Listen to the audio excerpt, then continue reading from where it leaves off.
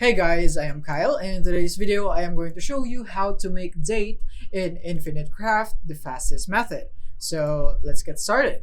So just follow along. First thing is we need fire and then water. We're going to combine that. And then the next thing is we're going to add fire again. We're going to combine that to create engine. And then once you're here, you want to add steam again into engine to create train and add another train to create train station. And then after that, you want to add a fire right here. And we're going to go with wind to create smoke with fire right here. And once you have this, is what you want to do is combine the two of them to create steam train. And then after that, you want to add water and earth to create plant. And then from here, we're going to go add wind into that to create dandelion. And then the next thing is we're going to add water.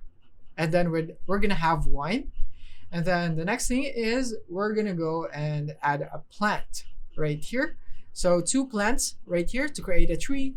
And then we're gonna go and add it into wine to create a drunk. And then the next thing is we're gonna go for earth. And we're gonna go for wind right here to create dust. And then the next thing is we're gonna add another wind to create a sandstorm. And once you have the sandstorm, you wanna add water into it to create oasis.